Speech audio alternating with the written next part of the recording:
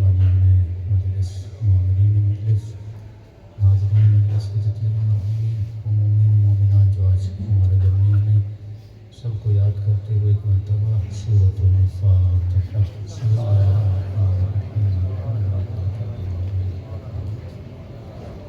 ایاک نعبد و ایاک نستعین، اهدنا الصراط المستقیم، صراط الذین انعمت علیہم غیر المغضوب علیہم ولا الضالین۔ بسم اللہ الرحمن الرحیم۔ بسم اللہ الرحمن الرحیم۔ ربنا تقبل منا انک انت السمیع العلیم۔ صلوات پڑھیں محمد و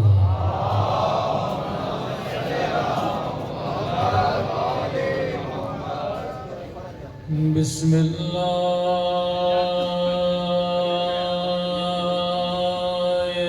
الرحمن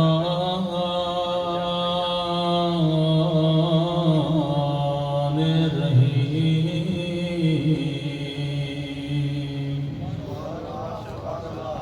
الحمد للہ رب العالمین۔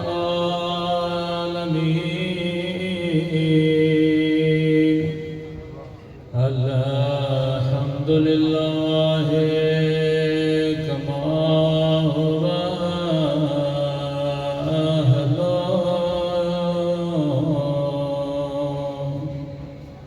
الصلاة والسلام على سيد المرسلين وخاتم النبيين أبي القاسم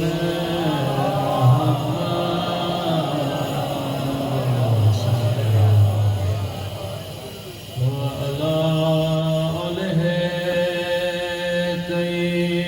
الطيبين الطاهرين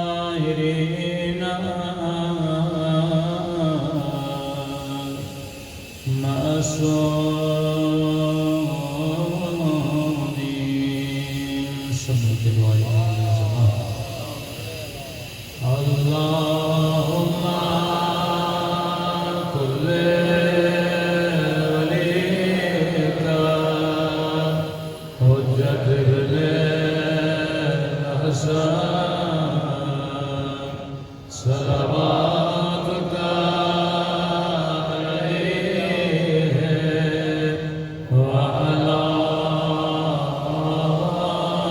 آله في هذه الساعة وفي كل وليا وحافظا وقائدا وناصرا ودليلا وعينا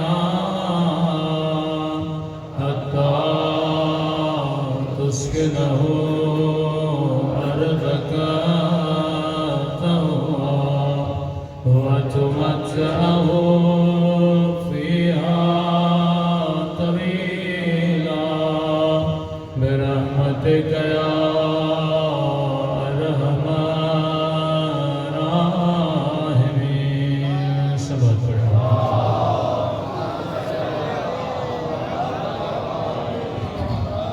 بسم اللہ الرحمن الرحیم۔ رب اشرح لي صدری ویسر لي امری واحلل عقدۃ من لسانی یفقهوا قولی۔ اما بعد فقد قال سبحانہ وتعالی فی محکم کتابہ بسم اللہ الرحمن الرحیم۔ انما ولیکم اللہ ورسولہ والذین آمنوا الذین یقیمون الصلاة ویؤتون الزکاة وهم راکعون۔ صلوات پڑھیں محمد و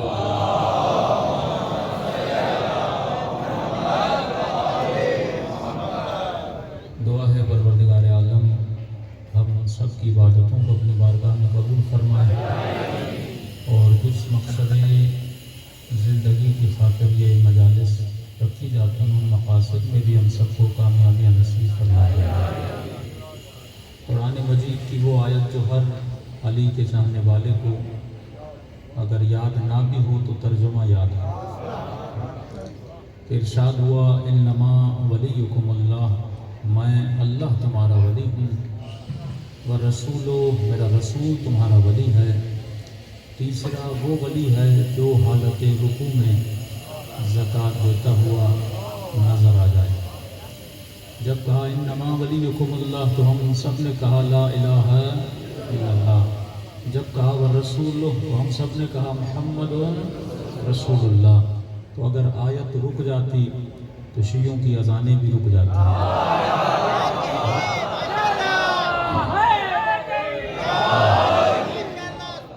مجھے 10 دن پڑھنا ہے تو آواز تھوڑا بڑھا دیں تاکہ گلا بھی ساتھ دے۔ اگر آیت رک جاتی تو شیعوں کی اذانیں بھی رک جاتی، اگر آیت رک جاتی تو شیعوں کے کلمے بھی رک جاتے۔ آیت نے ایک اور ولایت کا اعلان کیا کہ تیسرا وہ تیرا ولی ہے جو حالت رکوع میں زکوٰۃ دیتا ہوا نظر آ جائے۔ تو ہم سب نے کہا علی تو ہمارے کلمے آیت کے مطابق ہیں، اپنے بنائے ہوئے نہیں ہیں۔ ہماری اذانیں آیت کے مطابق ہیں، اپنی بنائی ہوئی نہیں ہیں۔ لیکن ایک اور قرآن کی وضاحت اور بلاغت بتاتا ہوا چلوں کہ خدا نے جب پہلی ولایت کا اعلان کیا تو کہہ دیا کہ میں اللہ تیرا ولی۔ جب دوسری ولایت کا اعلان کیا تو بتا دیا کہ میرا رسول تیرا ولی۔ لیکن جب تیسری ولایت کا اعلان کیا تو یہ نہیں کہا کہ علی تیرا ولی۔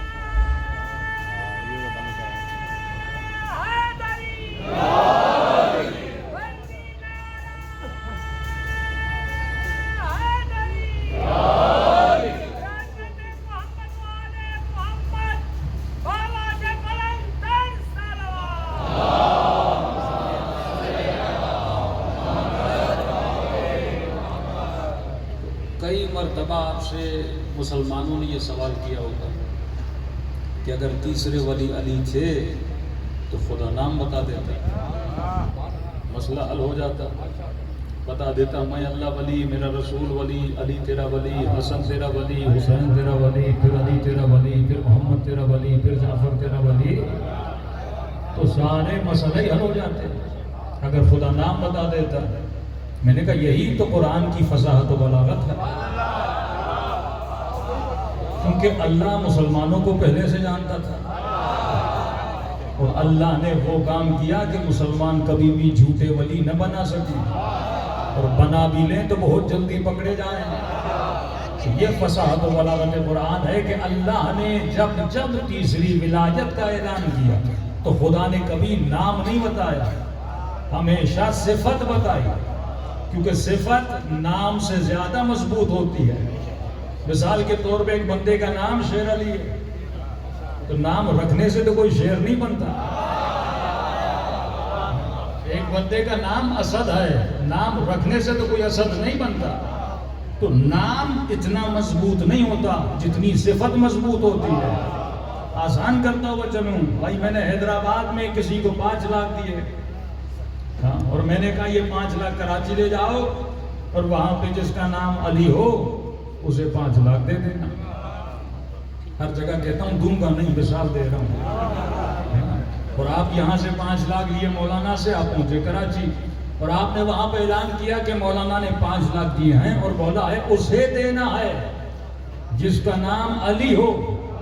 تو کراچی میں تو ہزاروں لوگ کھڑے ہو جائیں گے کہ میرا نام بھی علی ہے، میرا نام بھی علی ہے۔ تو اسے کیسے پتا چلے جو علی مولانا نے کہا تھا وہ کون سا ہے اور جو علی یہ بتا رہے ہیں وہ کون سا ہے؟ تو اگر خدا نام بتا دیتا تو زمانے کو کیسے پتا چلتا اللہ والا علی کون ہے، لوگوں والا علی کون ہے؟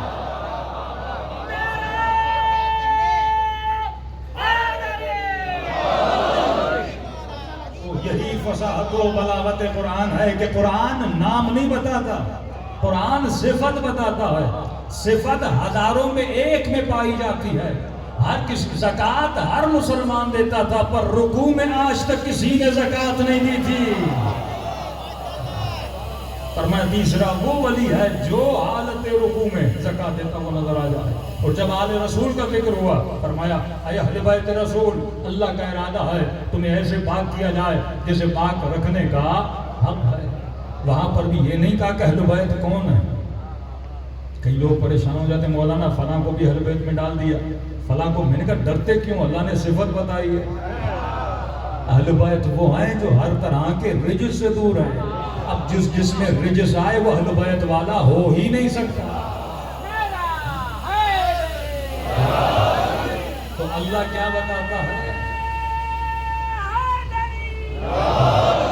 اللہ صفت بتاتا ہے، کیونکہ صفت نام سے زیادہ کلیئر ہوتی ہے، صفت نام سے زیادہ مضبوط ہوتی ہے.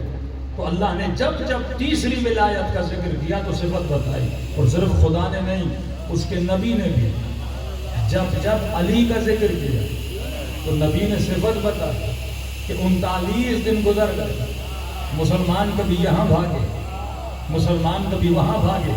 تو رات کو کہا غدن لاتین رأیتن رجلا کرارن غیر فرارن. میں کہوں یا رسول اللہ اتنے لمبے چوڑے جملے کہنے کی کیا ضرورت ہے؟ ایک جملہ کہتے کل میں علم علی کو دوں گا.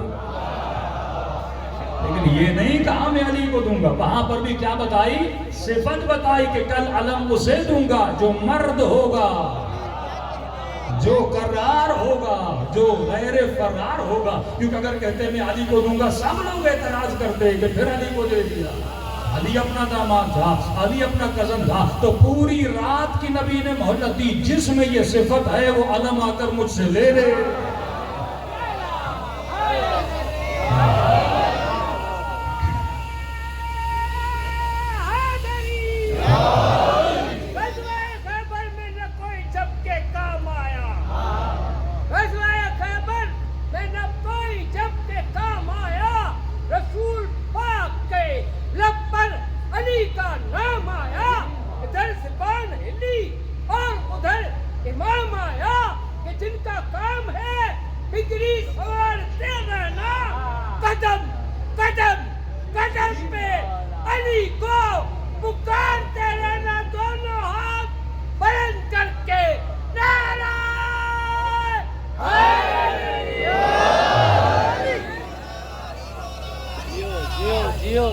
وہاں پر بھی رسول نے کیا بتائی؟ صفت بتائی. بہت آسان قرآن نے مسئلہ کر دیا.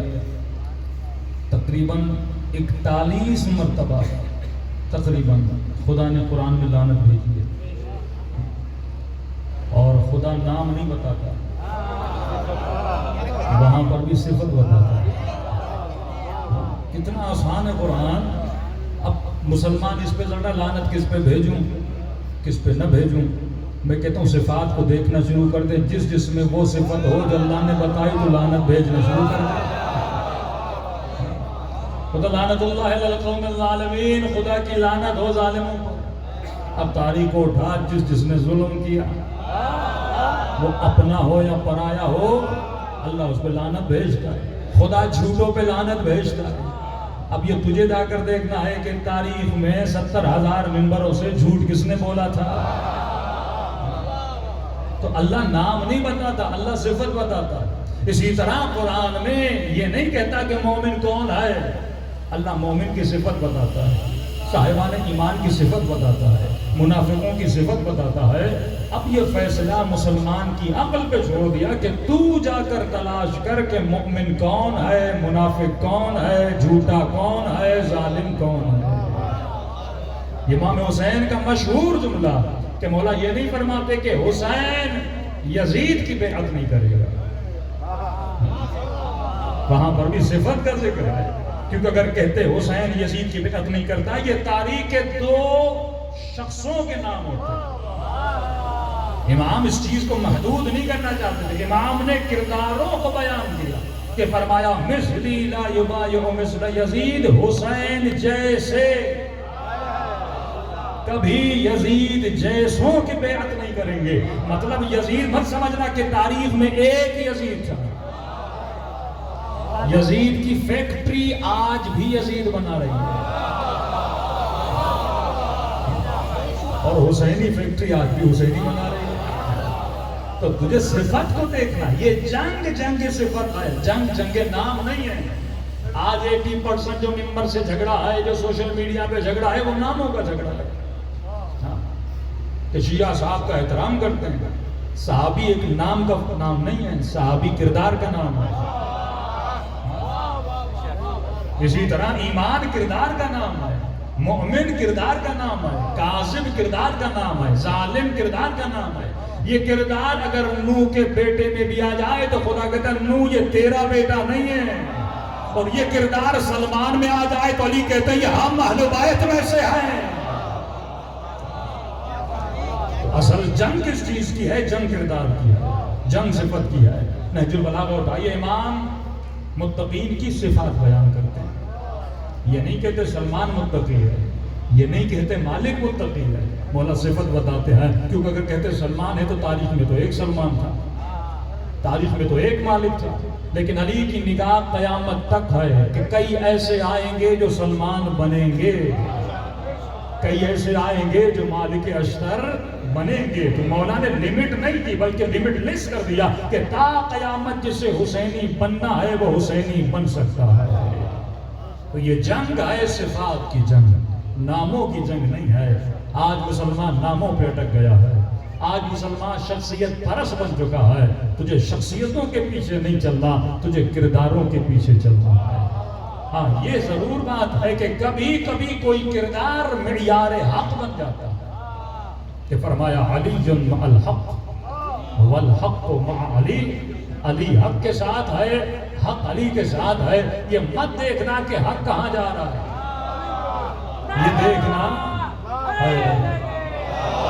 یہ دیکھنا کہ علی کہاں جا رہا ہے, کیونکہ جہاں علی جاتا ہے حق وہیں جاتا ہے.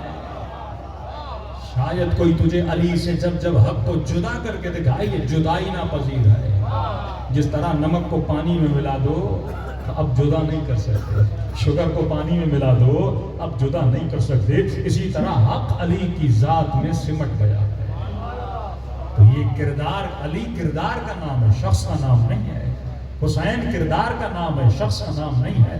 مولا امام زین العابدین کردار کا نام. صلوات پڑھیں محمد.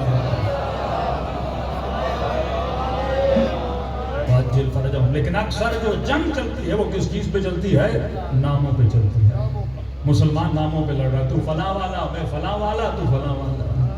نیچے آ جائیے تو کچھ مولویوں میں بٹے ہوئے, کچھ تنظیموں میں بٹے ہوئے, کچھ فرقوں میں بٹے ہوئے, کچھ مذہبوں میں بٹے ہوئے.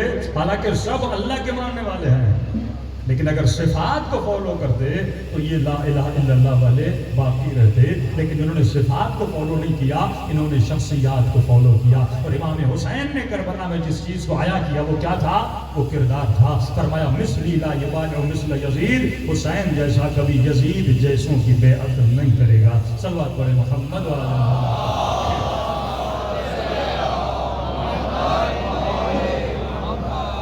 علی انما ولیکم اللہ, میں اللہ تیرا ولی ہوں. ہم سب نے اس ولایت کا اعلان کیا کلمہ پڑھ کر کہ لا الہ الا اللہ, میرا رسول تیرا ولی ہے. ہم نے سب نے کہا محمد رسول اللہ. پھر کہا وہ ولی ہے جو حالت رکوع میں زکات دیتا وہ نظر آ جائے. ہم سب نے کہا علی ولی اللہ. آپ نے اقرار ولایت کیا. جب آپ یہ کہتے ہو تو یہ کیا ہے؟ اقرار ولایت. اسے کہتے ہیں اعلان ولایت, اسے کہتے ہیں ولایت نظری, اسے کہتے ہیں آپ نے اپنے نظریے اور اپنی تھیوری کا اعلان کیا. لیکن یہ ابتدائی ولایت ہے. آج شیعہ سے اسی ولایت پہ لڑ رہا ہے. یہ ابتدائی ولایت ہے, یہ تھیوری کری ولایت ہے. ایک اور ولایت ہے جس کے ملنے سے بندہ سلمان بنتا ہے, جس کے ملنے سے بندہ مالک اشتر بنتا ہے, جس کے ملنے سے بندہ حر بنتا ہے. وہ کون سی ولایت ہے؟ وہ ولایت عملی ہے. ولایت نظری سب کے پاس ہے, لیکن ولایت عملی ہر کسی کے پاس نہیں ہے. کرامت ولایت نظری سے نہیں ملتی, کرامت ولایت عملی سے ملتی ہے. قلندر ولایت نظری سے نہیں بنتے، قلندر ولایت عملی سے بنتے ہیں۔ جب تک بندے کے وجود میں ولایت عملی نہ ہو۔ آسان سی مثال دوں، ایک بندے نے جتنے بھی اہل بیت کے چاہنے والے ہیں سب کے گھروں پر علم لگا ہوا ہے۔ علم اعلان نظریہ ہے، کیا ہے؟ ایک تھیوری کا اعلان ہے کہ جس گھر پہ علم ہے تو سمجھ جانا ہے یہ گھر کس کا ہے، آل رسول سے محبت کرنے والے کا گھر ہے۔ ہاں، یہ اعلان نظریہ ہے۔ بندہ پاکستان سے یورپ بھی چلا گیا، انگلینڈ بھی چلا گیا، آسٹریلیا بھی چلا گیا، جہاں بھی گیا وہاں پر بھی اس نے کیا کیا؟ اپنے گھر کے اوپر علم لگا دیا۔ بھائی تو شیعہ تو تھا، علم لگانے کی ضرورت کیا تھی؟ کہ نہیں، صرف شیعہ ہونا کافی نہیں، اعلان کرنا بھی ضروری ہے۔ دنیا کو پتا تو چلے یہ 4 گھر اور ہیں، یہ گھر کسی اور کا ہے، یہ گھر اہل بیت کے چاہنے والے کا گھر ہے۔ تو یہاں تک تو نظریہ ہے کہ آپ نے اپنے گھر کی چھتوں پر علم لگایا۔ اب سوال یہ ہے یہ علم کس کا ہے؟ عباس علمدار۔ بھائی علم علی کا بھی لگ سکتا تھا، علم امام حسن کا بھی لگ سکتا تھا، آپ نے صرف حضرت عباس کا علم کیوں لگایا؟ کیونکہ یہ واحد علم ہے جو مظہر ادب ہے۔ اس علم سے ادب نظر آتا ہے۔ پنجہ لگا ہوتا ہے کہ اس علم والے نے اپنے ہاتھوں کو کٹوا دیا لیکن اپنے امام کے حکم کی تعمیل کی۔ یہ علم والا صاحب ادب تھا، یعنی اگر ادب کرنے والوں کا زمانے میں کوئی قبلہ ہے اس قبلے کا نام عباس ہے۔ یہ ادب کا علم ہے، تو آپ نے علم لگایا کہ یہ غازی عباس کا علم ہے، اور جس گھر کی چھت پہ علم ہے تو عباس کا ماننے والا ہے۔ علم لگانا نظریہ ہے، لیکن سوال یہ ہے کہ جس نے اپنے گھر کی چھت پہ عباس کا ادب والا علم لگایا، کیا اس گھر کی چھت کے نیچے وہ عباس والا ادب بھی ہے کہ نہیں ہے؟ یہ نظریے پر عمل ہے۔ ایک ہے نظریہ، ایک ہے نظریے پہ عمل کرنا۔ تو علم لگانا آسان ہے، لیکن غازی کا ادب اپنے وجود میں پیدا کرنا بڑا مشکل ہے۔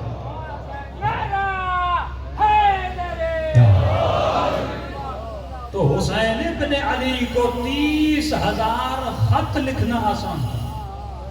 کاغذ اٹھاؤ، قلم اٹھاؤ، کیا ہے فرزند زہرا، ہم آپ سے محبت کرتے ہیں، آپ کے منتظر ہیں، آپ آئیے، ہم آپ کی حکومت کو نافذ کرنے میں آپ کی مدد کریں گے۔ تو 30,000 خط لکھنا آسان ہے، یہ تھا نظریہ۔ اعلان نظریہ کیا کہ مولا حسین ہم آپ کی مدد کریں گے، لیکن کربلا تک جانا یہ ولایت عملی ہے۔ نظریہ پالنا بڑا آسان ہے، اس نظریے پہ عمل کرنا بڑا مشکل ہے۔ تو فرمایا 30,000 وہ تھے جنہوں نے حسین کو خط لکھا تھا، اور ایک تھا جسے حسین نے خط لکھا تھا۔ یہ ہے ولایت عملی۔ ہاں، یہ عمل کی ولایت ہے۔ ہزاروں لوگ مجلس میں آتے ہیں، نظریہ لے کر آتے ہیں، لیکن کتنے لوگ اس مجلس سے ہور بن کے جاتے ہیں؟ یہ ولایت عملی ہے۔ 17 خطبے دیے امام حسین نے کربلا کے میدان میں، ملتا ہے 20 سے 25 لوگ مولا کے پاس آئے۔ تو یہ وہ تھے جو ولایت عملی والے تھے۔ امام حسین کا جملہ یاد رکھیے، فرماتے ہیں دین لوگوں کی زباں کی چپکاری کا نام ہے۔ جس طرح یہ چنگم چبا چبا کے پھینک دیتا ہے، سوپاری منہ میں رکھتا ہے، مزہ لے لے کے پھینک دیتا ہے، اسی طرح دین مزے کے لیے لیتا ہے۔ نعتیں سن کے مزہ لیتا ہے، قصیدے سن کے مزہ لیتا ہے، نوحے سن کے مزہ لیتا ہے، نعرے مار کے مزہ لیتا ہے، مجلس میں آ کر مزہ لیتا ہے، لیکن سوال یہ ہے کہ جب مجلس سے باہر جاتا ہے کیا پھر بھی حسینی رہتا ہے کہ نہیں رہتا ہے؟ یا 1 گھنٹے کا یہیں پہ مزہ لے کے اور یہی مزے کو چھوڑ کے چلا گیا؟ یہ نظریے والا ہے، لیکن جو مجلس میں آ کے مزے کو اپنے ساتھ گھر تک لے جائے یہ حسینی کردار والا ہے۔ یہی تو جنگ ہے جو صدیوں سے چل رہی ہے، صفات کی جنگ اور نام کی جنگ۔ کالے کپڑے پہننا آسان ہے، لیکن اس لباس کا ادب کرنا بڑا مشکل ہے۔ زبان پہ نام علی لانا آسان ہے، لیکن علی جیسی زبان بنانا مشکل ہے۔ آنکھوں سے 2 آنسو بہا لینا آسان ہے، لیکن ان آنکھوں کو عباس والی آنکھیں بنانا بڑا مشکل ہے۔ تو یہ وہ مشکل کام تھا جس میں اہل بیت اپنے چاہنے والوں کو لانا چاہتے تھے، پر میں لا الہ الا اللہ حسنی امن دخل حسنی امن من عذابی، کہ لا الہ الا اللہ ایک قلعہ ہے، جو اس قلعے کے اندر داخل ہو گیا وہ اللہ کے عذاب سے بچ گیا، بے شرط ہاں وہ شروط ہاں، لیکن اس کی ایک شرط ہے، مولا وہ شرط کیا ہے؟ فرمایا شرط ہم آل رسول ہیں۔ یعنی یہ نہیں کہ جس نے بھی لا الہ الا اللہ کہا وہ عذاب سے بچے گا، نہیں، بس عذاب سے وہ بچے گا جس کے ہاتھ میں ولی خدا کا ہاتھ ہوگا، جس کے ہاتھ میں امام وقت کا ہاتھ ہوگا۔ اور تمام تر اہل سنت کے برادران نے لکھا یہ واحد حدیث ہے جسے سلسلۃ الذہب کہا جاتا ہے، یعنی جس کا سلسلہ سونے کا ہے، چاندی کا بھی نہیں ہے، سونے کا ہے۔ کہ کیوں؟ کہ اس پورے سلسلے میں کوئی غیر اہل بیت والا نہیں ہے، کوئی راوی صحابی ہو، کوئی تابعی ہو، نہیں ہے۔ اس پورے سلسلے میں امام رضا فرماتے ہیں میں نے اپنے بابا سے سنا، وہ فرماتے ہیں میں نے اپنے بابا سے سنا، وہ فرماتے ہیں میں نے اپنے بابا سے سنا، چوتھے امام فرماتے ہیں میں نے بابا حسین سے سنا، وہ فرماتے ہیں میں نے بابا علی سے سنا، وہ فرماتے ہیں میں نے رسول خدا سے سنا، رسول فرماتے ہیں میں نے جبرائیل سے لیا، جبرائیل کہتا ہے میں نے خدا سے سنا۔ کیا کریں گے اس حدیث کا مسلمان کہ جس میں فرماتے ہیں لا الہ الا اللہ نظریہ ہے، اس نظریے کی اگر کوئی شرط ہے تو وجود امام ہے، وہ آل رسول کا وجود ہے، اور یاد رکھنا یہ وجود تمہاری زندگیوں میں خیر لاتا ہے۔ قرآن کی آیت ہے بقیت اللہ خیر لکم ان کنتم مومنین، اس وجود کو خدا روئے زمین باقی رکھتا ہے۔ زمانہ گزرتا رہے گا لیکن یہ مت سمجھنا اللہ کی زمین کبھی بھی ولی خدا کے وجود سے خالی نہیں رہ سکتی، ہر زمانے میں ولی خدا کا وجود باقی رہتا ہے۔ اور اے لوگوں یہی وجود ہے جس وجود کی برکت سے خدا نے تیرے وجود کو برکت عطا کی ہے۔ 5 منٹ کے لیے شیعہ یہ سوچیں کہ حکومتیں آپ کے خلاف رہی ہیں، پروپیگنڈے آپ کے خلاف رہے ہیں، وقت کے حاکم بنو عباس، بنو امیہ، وہ ترکوں کی حکومت ہو، وہ قاجاریوں کی حکومت ہو، تمام تر حکومت شیعوں کے خلاف رہا، زمانہ آپ کے خلاف رہا۔ جتنا قتل عام مثلا افغانستان میں 2 سے 2.5 لاکھ سے شیعوں کا قتل ہوا، ان سوویت یونین کے بعد اتنے شیعوں کو قتل کیا گیا، لیکن آج بھی نہ جلوسوں میں کمی، نہ مجلسوں میں کمی، تو یہ کیا ہمارا کمال ہے؟ فرمایا نہیں، یہ ولی خدا کی دعا کے اثر کا کمال ہے، یہ غیبی مدد ہے مولا کی جو تمہیں مل رہی ہے، کیونکہ یہ شرط ولایت ہے۔ اور فرمایا کہ جس بندے نے ایک مسکان لائی تھی نا رسول کے چہرے پر، اللہ نے اس پہ جنت واجب کر دی۔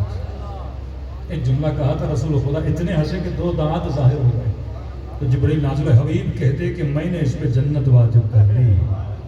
اب تصور کیجئے جو بندہ اپنے کردار سے امام زمانہ کو خوش کرے اس پر بھی تو جنت واجب ہو جائے گی نا، لیکن جو انسان اپنے مولا کو نہ خوش کرے، خوش امام کب ہوتے ہیں؟ نعروں سے نہیں، وہ خوش ہوتے ہیں جب بندہ ولایت عملی کے میدان میں آتا ہے۔ اب ولایت عملی ہے کیا؟ قرآن کی آیت ہے لا یمسہ الا المطہرون، اے مومن یہ ظاہر قرآن ہے، تو بغیر وضو کے اس قرآن کو ہاتھ نہیں لگا سکتا۔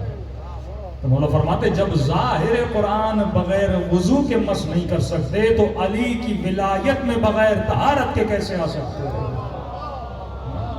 اس کے لیے تو آیت اتری ہے کہ یہ نہ نجاست کے قریب جاتے ہیں نہ نجاست ان کے قریب جاتی ہے، اور امام زمانہ بھی اسی شخص سے ملاقات کرتے ہیں جس کے وجود میں طہارت ہے، جس کے وجود میں نجاست ہے، مولا کا وجود اس سے کبھی ملتا نہیں ہے۔ ایک واقعہ سن لیجئے، وقت کا بادشاہ بڑا ناصبی تھا، پہلے نمبر کا بادشاہ کا جو وزیر تھا وہ بڑا ناصبی تھا، لیکن جو خود بادشاہ تھا وہ شیعوں سے محبت کرتا تھا، بحرین کا رہنے والا۔ تو ایک دن وزیر نے بادشاہ سلامت کو انار لا کر دیا۔ یقین کریے کہ آپ کا وجود اگر باقی ہے تو امام کی دعاؤں سے باقی، آپ کا وجود اگر باقی ہے، نہ ایران میں طاقت ہے نہ کسی مولوی میں اتنی طاقت ہے کہ حکومت چلا سکے، اگر امام زمانہ کی مدد بندے کو حاصل نہ ہو ہمارا وجود باقی نہ رہے، یعنی ساری دشمن کی پلاننگز کو امام کی ایک دعا ختم کر دیتی ہے، کیونکہ یہ وجود تنزل الملائکۃ والروح، قرآن کی آیت ہے سورہ انا انزلنا یہ کنٹینیوس کی صیغہ ہے کہ ہر سال ملائک نازل ہوتے ہیں. پوچھئے مفتی سے، مولوی سے، یہ ملائک کس کے اوپر نازل ہوتے ہیں؟ کوئی تو ایسا وجود ہے نا جس کے پاس تقدیریں لے کر آتے ہیں، جس کے پاس رزق لے کر آتے ہیں. کسی کے پاس جواب نہیں. کہتے رسول کے اوپر اترتے تھے، آج رسول تو نہیں ہے، آج کس کے اوپر اترتے ہیں؟ آج بھی کوئی فرزند زہرا ہے، لیکن وہ بندہ مل سکتا ہے جو ولایت عملی والا ہو. ولایت عملی نہیں تو مولا کی زیارت نہیں، ولایت عملی نہیں تو جنت کا تصور نہیں، ولایت عملی نہیں تو عشق امام زمانہ نہیں. عشق جب ہو، فرماتے ہیں شارٹسٹ رستہ، سب سے نزدیک ترین رستہ جو بندے کو ہدایت تک پہنچاتا ہے وہ عشق کا رستہ. سارے راستے مشکل ہیں، لیکن بندہ جب عاشق بن جاتا ہے بہت جلدی تکلیفوں کو پار کر لیتا ہے. اور بہترین عشق ہے عشق خدا اور عشق اہل بیت. اور یہ عشق ایسے نہیں بنتا، اس دل میں وہ چنگاری تب لگتی ہے جب یہ دل پاک ہو، پاکیزہ بن جاتا ہے. 10 مجلس انشاءاللہ تفصیل سے بتائیں گے کہ اس قلب کو کیسے پاک کیا جائے. تو فرماتے ہیں کہ بادشاہ کے پاس جو ناصبی وزیر تھا وہ ایک انار لے کر آیا کہ قبلہ آپ سب کو پتا ہے کہ شیعوں کا عقیدہ ہے، یہ کہتے ہیں لا الہ الا اللہ محمد رسول اللہ علی ولی اللہ و خلیفۃہ بلا فصل. یہ ہمارے خلفاء کو خلیفۃ اللہ نہیں مانتے تو ہیں ایسے خلیفہ، لیکن کہتے ہیں کہ لوگوں نے چنا تھا، لیکن علی کو اللہ نے چنا تھا. انہوں نے کہا قبلہ یہ انار دیکھیے. بادشاہ نے انار دیکھا، انار پہ لکھا تھا لا الہ الا اللہ محمد رسول اللہ فلاں خلیفۃ اللہ فلاں خلیفۃ اللہ فلاں خلیفۃ اللہ اور علی خلیفۃ اللہ. کہ بادشاہ سلامت انار قدرتی اور اللہ نے لکھ کر بھیجا ہے کہ میرے 4 خلیفے ہیں زمین پر، پہلا، دوسرا، تیسرا اور چوتھے علی ابن ابی طالب. بادشاہ پریشان، پرانا زمانہ، انار پر قدرتی طور پہ الفاظ لکھے ہوئے، کسی نے پین سے بھی نہیں لکھے، قدرتی طور پر انار پہ الفاظ ہیک ہوئے تھے. بادشاہ پریشان ہوتا، تو سچ کہہ رہا ہے. شیعوں نے اتنے سالوں سے ہمیں دھوکہ دیا کہ علی پہلے نمبر پر، یہاں پر تو خدا نے علی کو چوتھے نمبر پر رکھا ہے. اس نے سارے شیعہ علماء کو بلایا، بھئی آپ کا عقیدہ کیا ہے؟ کہ ہم علی المرتضیٰ کو خلیفۃ بلا فصل مانتے ہیں. ہاں دنیاوی خلیفے بہت بنے، وہ لوگوں نے بنائے، لیکن اگر کسی کو خدا نے رسول کے بعد چنا تھا وہ علی المرتضیٰ تھے. بادشاہ نے کہا یہ انار لو، یہ بھی تو قدرتی ہے، یہ بھی تو درخت سے آیا ہے، اس پہ اللہ نے لکھ لیا کہ پہلا یہ، دوسرا یہ، تیسرا یہ اور علی چوتھے نمبر پر ہے. اب سارے مولوی پریشان. اعتراض ہوتا، قرآن سے تو جواب دیتے، حدیث سے تو جواب دیتے، انار کا کیا کریں؟ ہاں کوئی اور انار بھی تو نہیں تھا کے دکھائیں. اب کرتے تو کیا کرتے، واقعاً انار پہ تھے. سارے پریشان ہوئے، کہنے لگے بادشاہ ہمیں یقین ہے کہ علی پہ، حدیث سے، قرآن سے کوئی مناظرہ کرواؤ تو مناظرہ کرنے کے لیے تیار ہے، لیکن انار پہ اس طرح کیوں لکھا ہے یہ ہمیں بھی پتہ نہیں. تو ہمیں سوچنے کے لیے 3 دن کا وقت چاہیے، اس کے بعد ہم آپ کو جواب لا کر دیں گے. جواب آیا تو ٹھیک ہے، جواب نہیں آیا تو جیسا آپ کہیں گے ویسا ہم کریں گے. ہم ضدی لوگ نہیں ہیں، ہم دلیل والے ہیں. قرآن کہتا ہے ہاتو برہانکم، یہ دلیل قرآنی ہے. اے مومن جب بھی بات کرو تو دلیل سے بات کرو. علی والا دلیل والا ہوتا ہے، علی والا نقل والا نہیں ہوتا، عقل والا ہوتا ہے.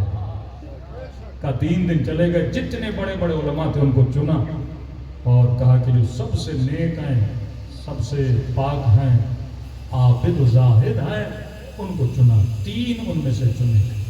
تینوں کو کہا کہ صحرا میں چلے جاؤ، پوری رات عبادت کرو، امام زمانہ سے التماس کرو کہ مولا ہم خطرے میں نہیں ہے، مذہب علی خطرے میں ہے. ہم خطرے میں نہیں ہیں، تشیع خطرے میں ہے. پہلے دن گیا، بڑا رویا بڑا رویا بڑا رویا، لیکن اس عالم کو امام کی زیارت نہیں ہوئی. دوسرے دن گیا، یہ بہت رویا لیکن امام زمانہ کی زیارت نہیں ہوئی. تیسرے دن عیسیٰ بحرینی گیا، پوری رات روتا رہا کہ مولا آخری رات ہے، آج اگر مدد نہیں کریں گے یہ مذہب یہ عقیدہ، یہ بلا فصل کا عقیدہ، یہ سارا ختم ہو جائے گا۔ مولا ہمارے پاس کوئی دلیل نہیں ہے، واقعاً انار قدرتی ہے اور واقعاً اس کے الفاظ لکھے ہیں، بات ہماری سمجھ میں بھی نہیں آ رہی کہ جو عقیدہ الہی عقیدہ ہے وہ انار پر کیوں نہیں ہے اور غلط عقیدہ انار پر کیوں ہے۔ ایک مرتبہ رو رو کے تو صبح کی نماز بھی پڑھی، اب بالکل نا امید ہو گیا۔ میں نے کہا مولا بس آخری دن تھا، آج مہلت ختم ہو گئی۔ کہتا ایک مرتبہ پیچھے سے آواز آئی، عیسیٰ بحرینی گھبراتے کیوں ہو، تیرے وقت کا مولا بھی زندہ ہے۔ گھبرائے وہ جن کا مولا زندہ نہ ہو۔ ایک مرتبہ مڑ کے دیکھا، نگاہ فرزند زہرا پر پڑی۔ ہاں عاشق ہے جو اور اس کی معشوق میں نگاہ پڑے کہ اگر عشق ہے تو کیسا عاشق ہے تو تقاضے دیدار نہیں کرتا۔ بندہ مجازی عشق میں بھی مبتلا ہو جائے نا، بار بار اپنے معشوق کو دیکھنا چاہتا ہے، تو مولا بھی تو کہتے ہوں گے یہ میرا عاشق ہے تو تقاضے دیدار کیوں نہیں کرتا۔ تم نے ایک سال میں کتنی محنت کی تجھے امام زمانہ نظر آ جائے، چلو تم نے 5 سال میں کیا ایک مرتبہ بھی کوئی ایسا عمل کیا تجھے امام زمانہ نظر آ جائے؟ کیا تم نے 40 صبح دعائے احد پڑھی تاکہ امام زمانہ کی زیارت ہو جائے؟ کیا تم نے 40 شب بدھ و رکعت زیارت امام زمانہ پڑھی تاکہ؟ اس کا مطلب یہ ہے تیرے پاس نظریہ تو ہے پر زیارت کرنے کا عمل نہیں ہے۔ دو چیزیں ہیں نا، نظریہ رکھنا اور ہے عمل کرنا اور ہے۔ جو عمل کرتا ہے اسے حر بنایا جاتا ہے، جو عمل کرتا ہے وہ سلمان فارسی بنتا ہے۔ امام نے کہا عیسیٰ بحرینی گھبراؤ نہیں، تیرے وقت کا مولا امام زندہ ہے۔ کہتا جیسے مولا کو دیکھا قدموں پہ گرا، ہاتھوں کا بوسہ دیا، مولا کے گلے لگا۔ میں نے کہا مولا جان نکلنے والی تھی، 3 دن گزر گئے، انتظار میں تھے، بس ابھی تو نا امید ہو گئے۔ مولا اتنی آنے میں دیر کیوں کر دی؟ پہلی رات روتے رہے، دوسری رات روتے رہے، تیسری رات روتے رہے۔ امام نے کہا عیسیٰ بحرینی قصور میرا نہیں ہے، مہلت تو نے 3 دن کی مانگی تھی۔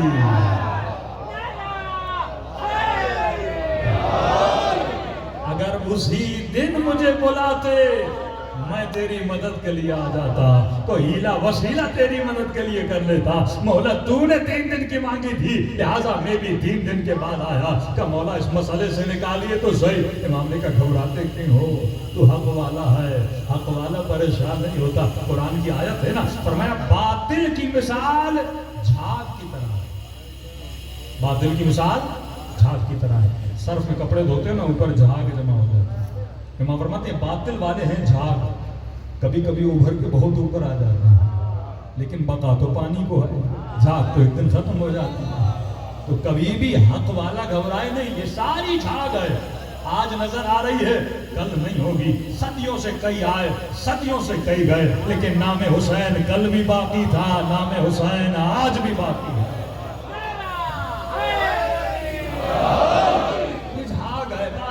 کچھ ان کے پاس ہے ہی نہیں بولنے کے لیے، بس جھاگ ہی جھاگ ہے۔ اپنی حدیثوں کا جواب نہیں دیتے، اپنی کتابوں کا جواب نہیں دیتے، اپنی تاریخ کا جواب نہیں دیتے، قرآن کی آیتوں کا جواب نہیں دیتے، کیونکہ دلیل نہیں ہے۔ تو علی کا ماننے والا ہے جو باب مدینۃ العلم ہے، جس کے لیے صراحتاً کہا کہ علی حق کے ساتھ ہے، حق علی کے ساتھ ہے۔ ارے جنگ صفین کے واقعے سے بڑا کوئی واقعہ نہیں ہوتا۔ فرمایا عمار کو جو لشکر مارے گا وہ باغی لشکر ہوگا، عمار تجھے جنت کی طرف بلائے گا، وہ تجھے جہنم کی طرف بلائیں گے۔ تو جہنم کی طرف بلانے والے جنتی کیسے ہو سکتے ہیں؟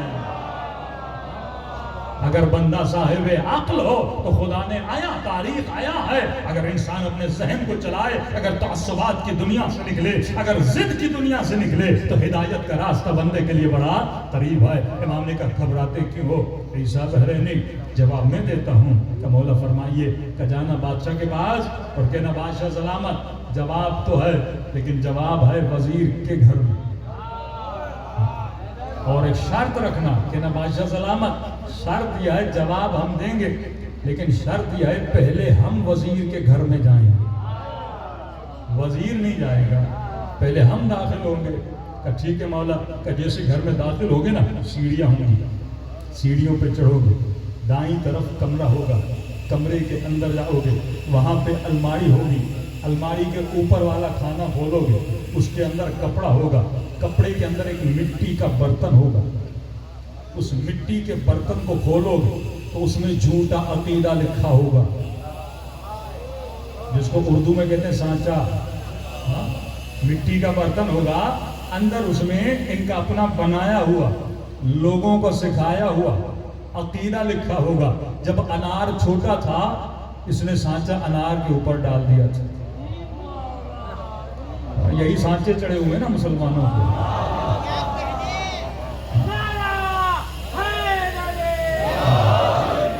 یہ سانچے والے عقیدے ہیں نا مسلمانوں کو. بچپن سے چڑھا دیا, بچہ بڑا ہو گیا, باطل کو حق سمجھنے لگا.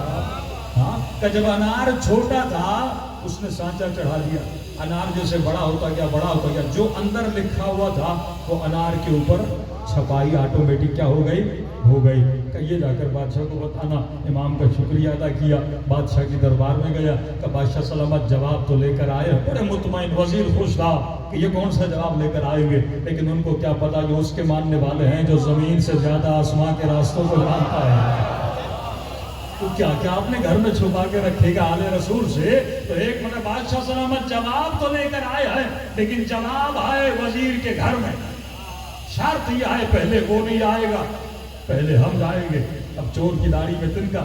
وزیر ہوا پریشان کہ نہیں بادشاہ سلامت یہ کیا مطلب ہے, اگر جواب ہے تو یہی دے. کہ نہیں بادشاہ, پھر ہم جواب نہیں دیتے. جواب ہے وزیر کے گھر میں, اگر یہ گیا ہم پھر بھی جواب نہیں دیں گے, پہلے ہم جائیں گے بعد میں یہاں جائے. اب بادشاہ تو وزیر کرتا تو کیا کرتا. تو بادشاہ نے کہا کہ وزیر تو ڈر کیوں رہا, اگر تو حق پر ہے تو تجھے تو ڈرنا نہیں چاہیے. اگر تو سچ پر ہے تو تجھے تو ڈرنا نہیں چاہیے. کہ نہیں بادشاہ سلامت میں پر ہوں, چلتے ہیں. ایک مرتبہ یہ وزیر کے گھر کے اندر گئے. اب اس نے سوچا تھا میں نے الماڑی کے فلاں جگہ پہ چھپا کے رکھا ہے, ان کو کہاں ملے گا. گھر اتنا بڑا, گھر میں اتنے کمرے, ان کو کیا پتا کس کمرے میں کس الماڑی کے کس جگہ پہ رکھا ہوا ہے. ایک مرتبہ عیسیٰ بحرینی گھر میں داخل ہوا, سیڑھیوں پہ چڑھا, دائیں طرف گیا, ایک کمرہ تھا اس کے اندر گیا, الماڑی کھولی. وزیر پریشان, گھر میرا.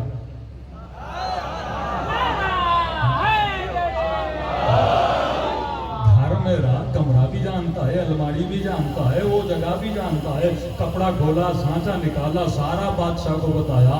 بادشاہ بھی پریشان ہوا, وزیر بھی حیرت میں, بادشاہ بھی حیرت میں. وزیر نے کہا بھائی گھر میرا, اس مسئلے کو چھوڑ دے, تجھے کس نے بتایا. کہ پریشان وہ ہوں جن کا امام زندہ نہ ہو, ہمارا امام زندہ ہے.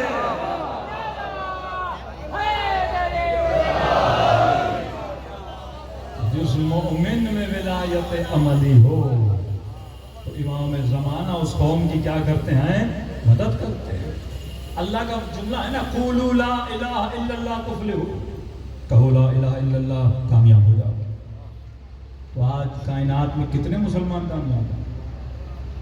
سیولائزڈ کنٹریز انگریزوں کی, اکنامک ان کی مضبوط, اخلاقیات ان کے اندر, اقدار ان کے اندر, اور دنیا کی ذلیل ترین قوموں میں اگر کسی کا شمار ہوتا ہے تو مسلمانوں کا.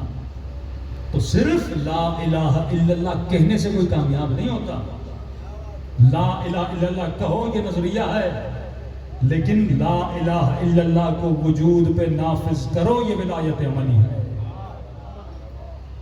اچھا کام کوئی بھی کرے خدا کامیابی دیتا ہے, برا کام کوئی بھی کرے خدا ناکامی دیتا ہے.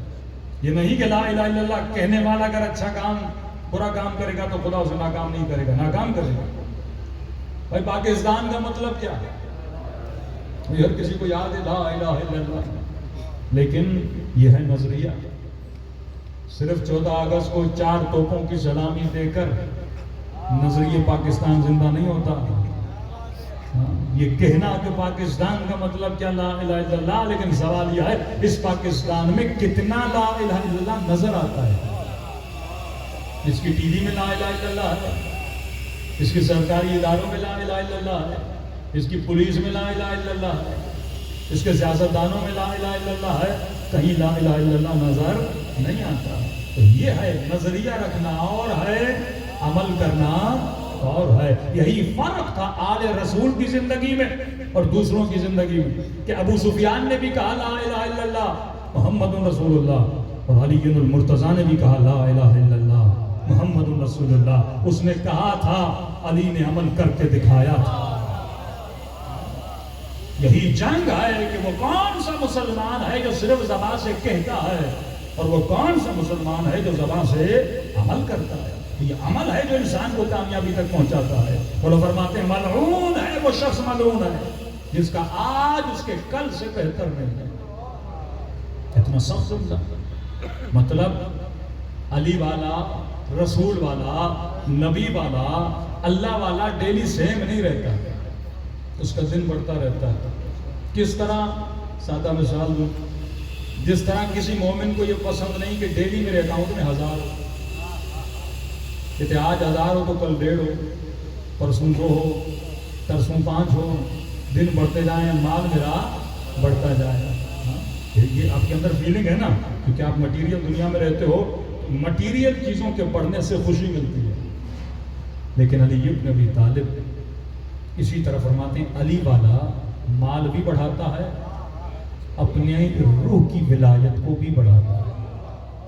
اگر سیم ولایت ہے تو کوئی فائدہ نہیں ہے. کیوں؟ امام ایک فرق بتاتے ہیں. مولا فرماتے ہیں اے مومن، دنیا کی لذتیں جو تو حاصل کر رہا ہے یہ حیوان بھی حاصل کرتا ہے. نکاح کی لذت جو تو لیتا ہے، شہوت والی لذت، یہ کتا بھی لیتا ہے. بچے پیدا کرتا ہے، یہ بھی حیوان بھی پیدا کرتا ہے. کھانا کھاتا ہے، یہ حیوان بھی کھاتا ہے. ہاں، ادھر ادھر ٹہلنا پھیلنا، سونا اٹھنا جاگنا، یہ ساری لذتیں حیوان میں ہیں. تو امام حسین نے کسی سے کہا یہ بتا انسان والی لذت کون سی ہے اور حیوان والی لذت کون سی ہے، تاکہ تجھے پتا تو چلے تو ابھی انسان بنا بھی ہے کہ نہیں، یا ابھی تک تو حیوانیت کے درجے پر ہے. جملہ سنیے، بہت پیارا جملہ. فرمایا دنیا میں آنا اور آ کر زندگی گزار کے چلے جانا یہ کمال نہیں ہے، کیونکہ دنیا میں ایک مچھر بھی آ کے زندگی گزار کے چلا گیا، دنیا میں ایک مکھی بھی آ کر زندگی گزار کے چلی گئی، تیری گلیوں میں کئی کتے آئے اور زندگی گزار کے چلے گئے. تو دنیا میں آ کر زندگی گزار کے چلے جانا کمال نہیں ہے. پر میں دنیا میں آؤ ایسی زندگی گزار کے جاؤ جیسی حسین زندگی گزار کر گئے، یہ کمال بشریت ہے. صرف زندگی گزارنا کمال نہیں ہے، ایسی زندگی جیسی علی ابن ابی طالب نے گزاری. تو امام نے فرمایا یہ ہے بشر، یہ ہے حیوان. تجھے تمیز کرنی ہے کہ وہ کون سی لذتیں ہیں جو حیوان والی ہیں اور وہ کون سی لذتیں ہیں جو بشر والی ہیں، اور دن میں کتنے گھنٹے تو حیوانی لذت لیتا ہے اور دن میں کتنے گھنٹے تو انسانی لذت لیتا ہے. کا مولا تھوڑا مثال دے کے سمجھائیے. امام نے فرمایا اگر کھانا کھا کر لذت لے رہا ہے، اگر کھانا کھا کر لذت لے رہا ہے، ابھی تک تو حیوان ہے، ابھی تک تو حیوان. یہ حیوانی لذت ہے نا. بکری بھی کھانا کھا کے مزہ لیتی ہے، بھینس بھی کھانا کھا کے مزہ لیتی ہے، کتا بھی کھانا کھا کے مزہ لیتا ہے، ایک مچھر بھی خون چوس کر مزہ لیتا ہے. ہاں، اسے بھی مزہ آتا ہے نا. تو اگر کھانا کھا کر مزہ لے، ابھی تک تو حیوان ہے. کا مولا پھر انسانیت کا درجہ کیا ہے کہ اگر کھانا کھلا کر مزہ لے.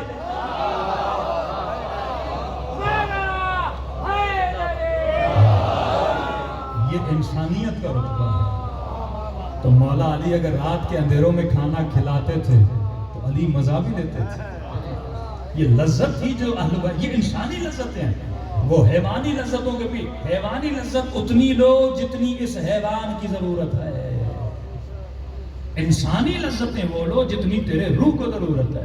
اور سیدھی سیدھی امام فرماتے ہیں جتنی جسمانی اور حیوانی لذتیں ان کو فنا ہے. مثال کے طور پہ آپ سے پوچھا جائے ایک ہفتہ پہلے جو بریانی کھائی تھی اس کا مزہ یاد ہے؟ تو کون سی بریانی؟ مجھے کل یاد نہیں میں نے کیا کھایا ہے. تو دنیا کی لذت جب تک لقمہ زبان پر، لذت بھی تب تک. جب لقمہ نیچے گیا لذت ختم.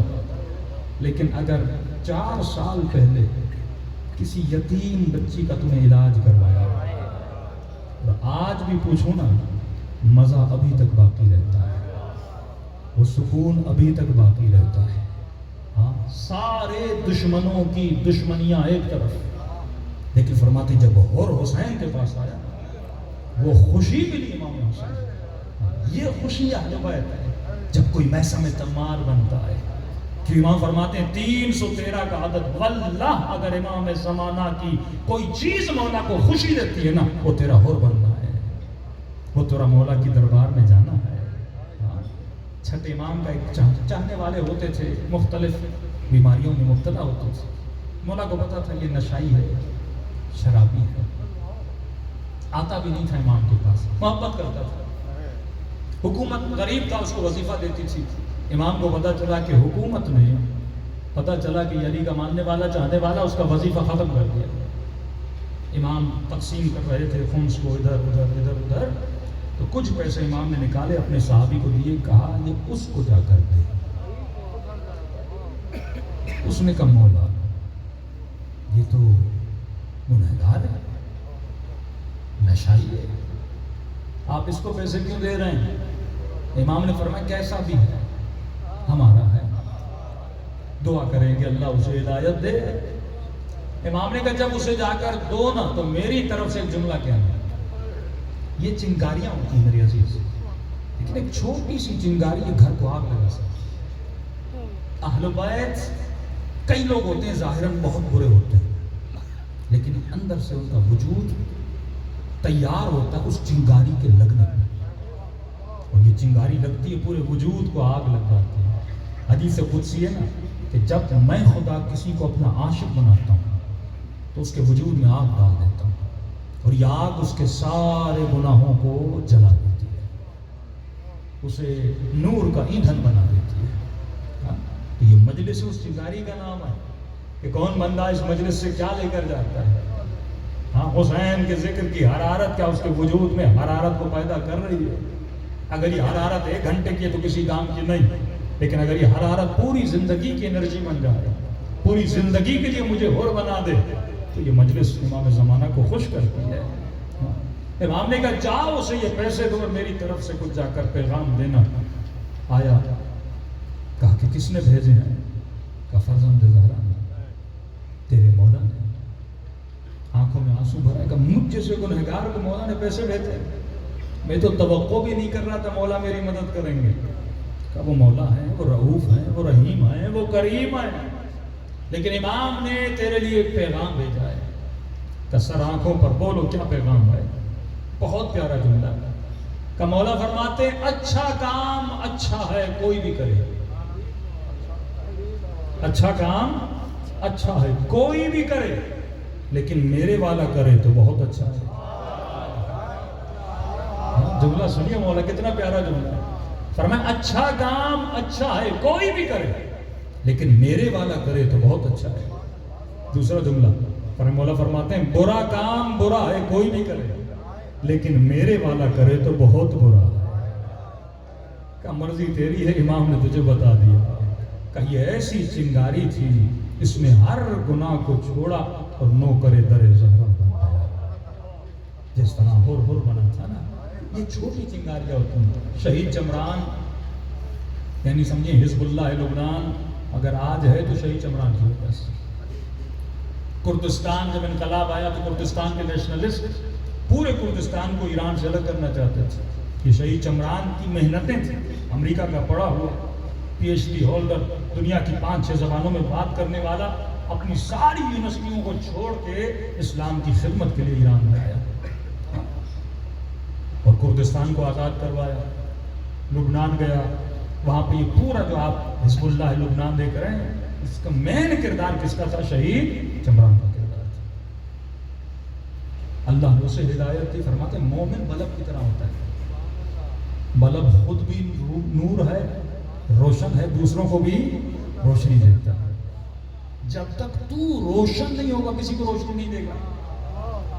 جب تک تو صاحب تقوی نہیں ہوگا کسی کو علی کے دروازے پہ کیسے لا سکتا ہے؟ مومن کہتا ہے بیٹا نمازی بن جائے، علی والا بن جائے. بھائی پہلے تو نمازی بن. ایک خاتون پہلے تو اپنا کردار حسینی بنا، پھر دیکھ تیری بچی کیسی بنتی ہے. یہ اہل بیت کا گھرانہ تھا. مشہد کا شہر، مشہد کی گلیوں میں ایک شخص گھومتا تھا جو لوگوں کو بڑی گالیاں دیتا تھا. غصے میں آتا تھا. اس کی عادت زبان کا بہت برا اور گندا. ایسی گالیاں لوگوں نے کبھی سنی نہیں. شہید چمران نے کہا کہ یہ کون ہے جوان؟ کہ شہید چھوڑ دیجیے، بڑا بدنام ہے، لوگوں کو بڑی گالیاں دیتا ہے، بڑا غصے والا ہے، ہر بندے سے لڑتا ہے. یہاں تک کہ لوگ جب اس کو دیکھتے ہیں تو لوگ کہتے ہیں یہ کتے کی طرح بھونکتا ہے. نام نہیں لیتے اس کا، کہتے ہیں یہ کتا ہے. شہید چمران گاڑی میں جا رہے تھے، اس جوان کو دیکھا کہ جوان سنا ہے تو بڑا لوگوں سے لڑتا ہے. کہتے ہیں ہاں زور بازو ہے کسی میں طاقت، میرے ساتھ آ کر لڑے. کہ اتنی غیرت ہے تو آ میدان جہاد میں لڑ. اتنی طاقت ہے کہ عراق ایران کی جنگ ہو رہی تھی کہ اپنا جہاد وہاں دکھا، زور بازو وہاں دکھا، ظالم ناموس پہ حملہ کر رہا ہے اور تو گلیوں میں لڑ رہا ہے کہ شہید چمران یہ مت سمجھنا میں ڈرتا ہوں، مجھے کوئی لے کر نہیں جاتا۔ سب کہتے ہیں یہ گالیاں دینے والا، یہ برا، یہ بدماش ہے، تو میں تجھے لے کر چلوں گا، چلو گے؟ جس نے کہا جی شہید چلوں گا۔ شہید چمران نے اپنی گاڑی میں بٹھایا، سیدھا میدان جنگ میں لے کر آیا۔ کہتا ہوں نا ایک چنگاری بندے کو کہاں سے کہاں لے کر جاتا ہے، ایک چنگاری اگر لگ جائے نا، کہتے ہیں 4-5 دن اس نے بڑا میدان جنگ میں جہاد کیا۔ ایک دن شہید چمران کہتے ہیں باہر لڑائی کی آواز سننے باہر نکلا، کیا دیکھا یہی جوان ہے، جتنے سپاہی ہیں ان کو گالیاں دے رہا ہے، بڑا غصے میں لال پیلا ہوا پڑا۔ کہتے ہیں میں آگے بڑھا، میں نے کہا کیا ہوا گا اس نے؟ مجھے دیکھا، مجھے ایسی گالیاں دی، ایسی گالیاں دی۔ شہید چمران کہتے ہیں میں خاموش ہوا، سپاہی کہ شہید کمانڈر تھے کہ آپ کو گالیاں دینا ویسے ماریں گے؟ کہ نہیں کوئی نہیں مارے گا، چپ کر جاؤ۔ جب یہ گالیاں دے دے کے تھک گیا، شہید چمران نے کہا بتا تو صحیح تو گالی دے کیوں رہا ہے، ریزن تو بتا، مسئلہ تو بتا۔ کہنے لگا چمران اتنی دیر گزر گئی، 3 دن ہو گئے میں ان سے سگریٹ مانگ رہا ہوں، کوئی مجھے سگریٹ نہیں ملی اور میرا دماغ گھوم گیا۔ شہید نے اشارہ کیا سپاہی کو کہ اس کے لیے پوری ڈبی لے جائے، سگریٹ کی ڈبی آئی، اسے کہا یہ لے، گالی کیوں دے رہا ہے، سگریٹ کے لیے گالی دے رہا ہے، یہ لے سگریٹ دی۔ شہید چمران چلے گئے۔ کہتے ہیں 1 گھنٹہ گزرا، یہ آیا شہید کے پاس، کہنے لگا چمران یہ تو بتا میں نے اتنی گالیاں دی، تو نے ایک بھی گالی نہیں دی، تو نے مجھے ایک بھی جواب نہیں دیا۔ شہید چمران نے کہا بیٹھ گیا۔ شہید نے کہا دیکھ ایک ہے جس نے میرے ساتھ اتنی اچھائیاں کی، میں اس سے برائی کرتا ہوں پر وہ اچھائی کرتا ہے، میں اس کے ساتھ برائیاں کرتا ہوں پر وہ میرے ساتھ اچھائیاں کرتا ہے۔ تو میں نے کہا جب وہ میرے ساتھ اس طرح کرتا ہے تو میں بھی تیرے ساتھ ایسے ہی کرتا ہوں۔ تو اس نے کہا شہید چمران وہ کون ہے؟ کہ وہ میرے پاس بھی ہے تیرے پاس بھی ہے۔ کہ وہ کون ہے؟ کہ میرا رب ہے، کہ ہم جب سے پیدا ہوئے اس کی دربار میں خطا کر رہے ہیں، برائی کر رہے ہیں، لیکن وہ پھر بھی حسین کے فرش عزا پہ بلا رہا ہے، وہ پھر بھی کبھی کربلا بلا رہا ہے، کبھی مدینہ الرسول بلا رہا ہے، کبھی مسجد بلا رہا ہے، کبھی ذکر خدا کے لیے بلا رہا ہے۔ کہتے ہیں یہ وہ چنگاری تھی جو جوان کے دل میں لگ گئی۔ کہتے ہیں خاموش ہو گیا۔ شہید چمران کہتے ہیں اس رات پہلی مرتبہ دیکھا کہ یہ مصلی عبادت پہ کھڑا ہے۔ کہا جتنے سپاہی تھے کسی کی نماز ایسی نہیں تھی جیسی اس جوان کی نماز تھی، رکوع میں جاتا روتا، سجدے میں جاتا روتا، نماز ختم ہوئی رو کر کہتا خدایا مجھے نہیں پتا تھا تو نے اتنی خوبیاں کی، لیکن میں تو تیرے ساتھ برائی پہ برائی کرتا رہا۔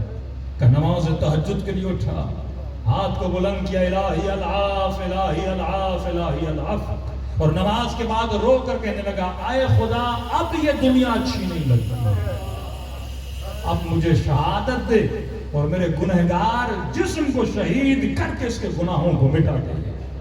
شہید چمران کہتے ہیں اتنے لوگ شہادت کی دعا کرتے تھے لیکن خدا اتنی جلدی کسی کی دعا قبول نہیں کرتا تھا۔ حالت نماز میں کھڑا ہی تھا، بس یہ جملہ کہنا تھا اے خدا مجھے شہادت دے، وہیں پہ ایک میزائل آیا اور یہ مسلح پر ہی شہید ہو گیا۔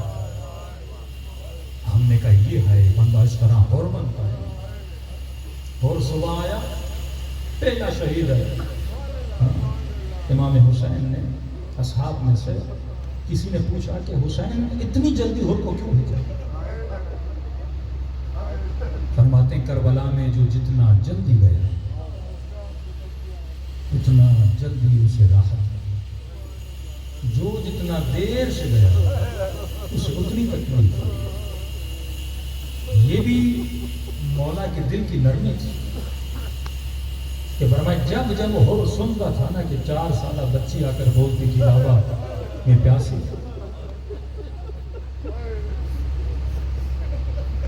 تو گویا ہر کو کوئی خنجر مارتا تھا، منہ چھپا کے روتا تھا ارے میری وجہ سے حسین کی بچی پیاسی ہے،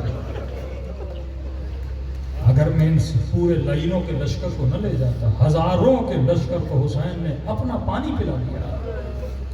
کہتے ایک ایک بچی آتی تھی، حسین یہ منظر دیکھ رہے تھے اور جانتے تھے اب جیسے جیسے دیر ہوتی رہے گی، کبھی میرا اکبر شہید ہوگا، کبھی میرا قاسم شہید ہوگا، کبھی عباس کے بازو کٹیں گے تو حر پہ کیا گزرے گی، اور یہ برداشت نہیں کر سکے گا، بوڑھا تھا، تو اس لیے امام نے سب سے پہلے حر کو بھیج دیا کہ حر جا کے راحت طلب ہو جا اور جنت میں جا کر میرے نانا سے جا کر ملاقات کر، تجھ سے حسین بھی راضی اور تجھ سے حسین کی ماں زہرا بھی راضی۔ جو کربلا نہیں گئے لیکن دل میں تمنا ہے کہ زیارت حسین کا ثواب کمائیں، امام حسین فارمولہ بتاتے ہیں، فرماتے ہیں مجبوری کی خاطر اگر میری زیارت کو نہیں آ سکتا، لیکن یہ مت سمجھنا کہ ہم نے تجھے اپنی زیارت کے ثواب سے محروم کیا، تو گھر بیٹھے حسین کی زیارت کا ثواب کما سکتا ہے۔ کہ مولا وہ کیسے کہ اگر خلوص سے دل سے مجھ حسین کو سلام کرو، ایک ظاہر کے خواب میں آ کر کہا اگر خلوص سے دل سے مجھ حسین کو سلام کرو تیرے نام اعمال میں لکھا جائے گا یہ حسین کی زیارت کر کے دنیا سے چلا جائے۔ کہ مولا بس ایک سلام کا نہیں، ایک نشانی ہے۔ مولا وہ کون سی نشانی ہے کہ اگر مجھ حسین کو سلام کرو اور نہ چاہتے ہوئے تیری آنکھوں سے آنسو نکل آئے، تو مومن یہ مت سمجھنا یہ تیرے آنسو ہیں، یہ حسین نے تجھے تیرے سلام کا جواب دیا ہے۔ آئیے دلوں کو کربلا لے کر چلیں اور سلام کریں اپنے آقا کی غربت کہ جنہوں نے آپ کی اور میری اصلاح کے لیے اپنا سب کچھ لٹا دیا۔ السلام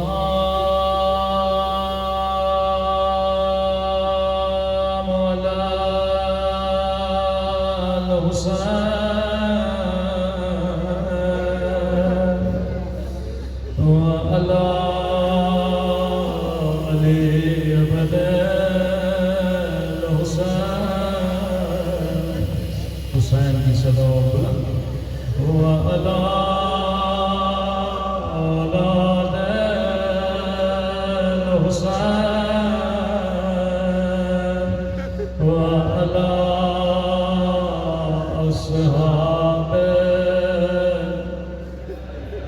سب مل کے السلام علی حسین وعلی علی ابن، آواز تھوڑی بڑھنا، وعلی اولاد وعلی اصحاب عزیزو ایسے حسین حسین کہیے جیسے کربلا میں زینب نے کہا تھا سب مل کے سلام علی حسین وعلی علی ابن وعلی اولاد حسین وعلی اصحاب، میرا سلام ہو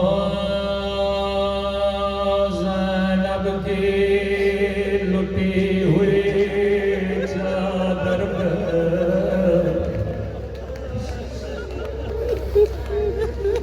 یہ سلام میرا سلام نہیں ہے، امام زمانہ زیارت ناہیہ میں ایسے سلام کرتے ہیں، نوح امام زمانہ فرمایا میرا سلام ان رخساروں پہ جن کا رنگ بدلتا رہا، کبھی ظالم کے تماچوں نے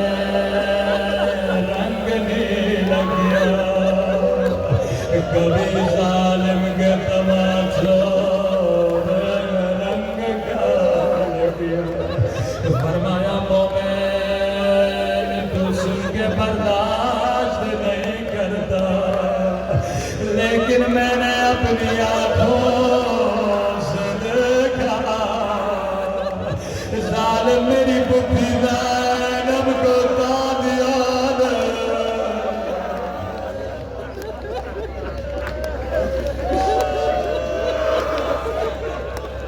عزیزو آپ رو رہے ہو کسی نے آپ کو تماچا تو نہیں مارا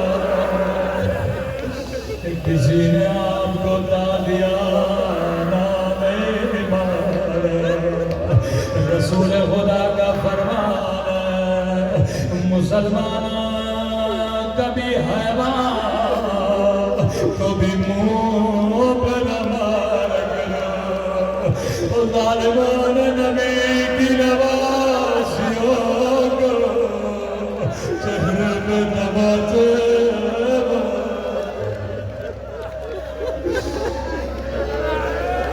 اگلا سلام بڑا درد بڑا سلام فرمایا میرا سلام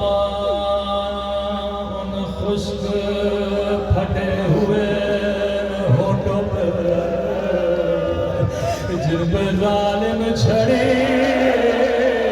مارا تھا بوسہ دیا کرتے تھے ظالم نے 4 سالہ بچی کے سامنے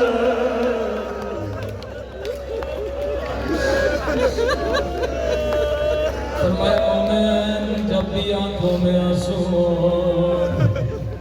میرے ظہور کے لیے دعا ضرور کیا کرو جب بھی دعا کرو خدا کو تو واسطہ ضرور دیا کرو ایک واسطہ میری پھوپھی زینب کا دوسرا میری 4 سالہ سکینہ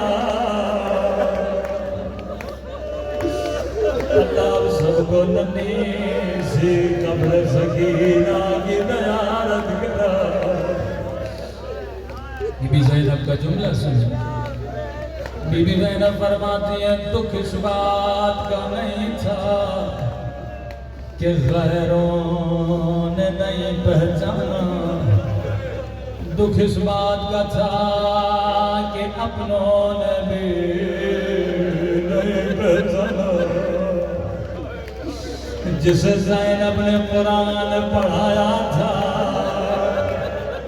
اس نے بھی زینب کو نہیں پہچانا میں کہوں گا بی بی زینب کیسے پہچانتے انہوں نے کبھی علی کی بیٹی کو وہ بازاروں میں نہیں دیکھا تھا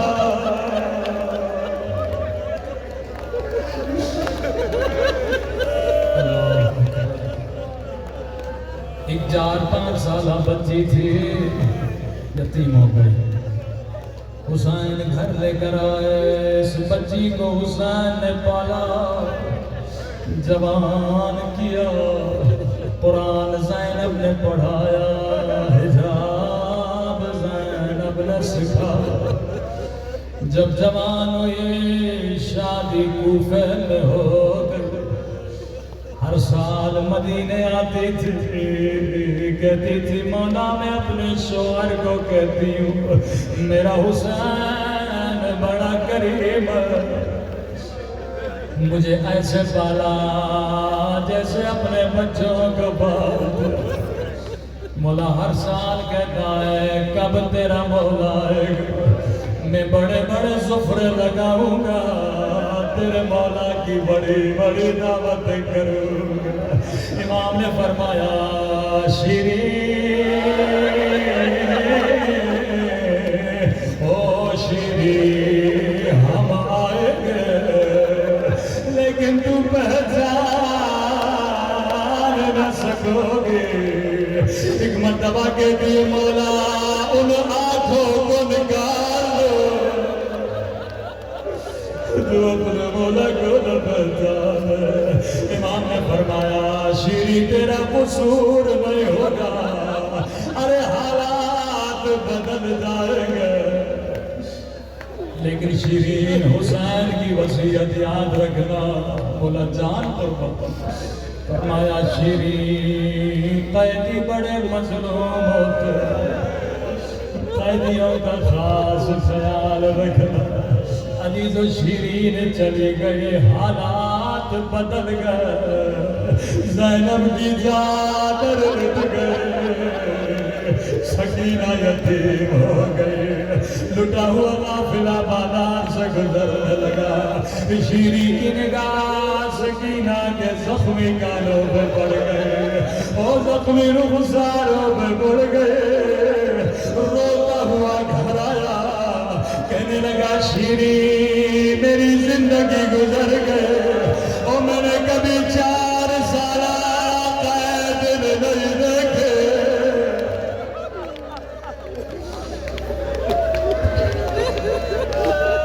او شیرین اگر کہو میں قیدیوں کو گھر لے کر، تو جلدی کرو، میرے مولا کی وصیت تھی، یا مومن نے دعوت دی۔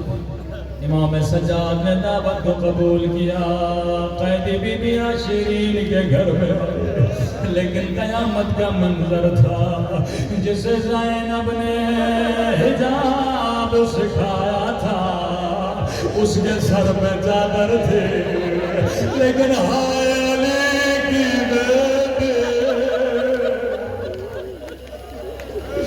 جلدی جلدی سے شیرین نے سفرہ لگا، پانی رکھا، کہنے لگی قیدی بی بی ہو جتنا پانی پینا ہے پی لو، اور جتنا کھانا کھانا ہے کھا لو۔ قیدی بی بی نے کہا مومنہ ہمیں پانی نہیں چاہیے، ہمیں کھانا نہیں چاہیے، اگر اجازت ہو تیرے گھر میں ماتم کر دے، کیونکہ ہمیں کسی نے رونے نہیں دیا، ایک دن میں میرے گھر سے 18 لاشیں نکلی ہے۔ شیرین نے کہا قیدی بی بی ہو جتنا رونا ہے رو لو، میں کیوں روکوں، یا اجازت کا ملنا تھا۔ قیدی بی بیوں نے ہلکا بنا، ایک مرتبہ قیدی بی بی اٹھی، بڑا درد بھرا بیان کیا، رو کر کہنے لگی اے عباد کے پیاسے بھیا، اے عباد کے غریب الوطن بھیا۔ شیرین نے کہا قیدی بی بی چپ ہو جا، عباس میرے مولا کے بھائی کا نام ہے، اللہ پاک میں میرے بچے قربان کرے۔ بیبیاں بیٹھ گئی، شیرین تیرا گھر ہے، اجازت ہوگی تو ماتم کرے گی، نہیں قیدی بی بی ہو میں تیرا دل دکھانا نہیں چاہتی، لیکن عباس زینب کے بھائی کا نام، اللہ میرے بچے عباس میں قربان کرے، اگر تیرے مقتول کی کوئی بیٹی ہے اس کا نام لے کے بیان کرو، یا بیٹی کا نام آنا تھا۔ پھر سے کوئی قیدی بی بی اٹھی اور بیان کیا اے سکینہ کے پیاسے بابا، اے سکینہ کے غریب الوطن بابا۔ شیرین نے کہا قیدی بی بی چپ ہو جا، او یہ تو مدینے والوں کے نام ہے، اللہ میرے مولا کی خیر کرے۔ اب شیرین کی سمجھ میں نہیں آیا، قیدی بی بی یہ نام لے کے بیان لگے، اپنی جگہ سے اٹھی، جو بی بی سب سے زیادہ رو رہی تھی اس بی بی کے قدموں میں بیٹھی، کہتی ہے قیدی بی بی تو نے مجھے بڑا رلایا، بس میں تجھے آخری مہلت دیتی ہوں، اگر تیرے مقتول کی کوئی بہن ہے اس کا نام لے کے بیان کرو، او دادارو اب کوئی اور بی بی نہیں اٹھی۔ ایک مرتبہ زینب اٹھے اور بیان کیا اے اجڑی ہوئی زینب کے پیاسے بھیا،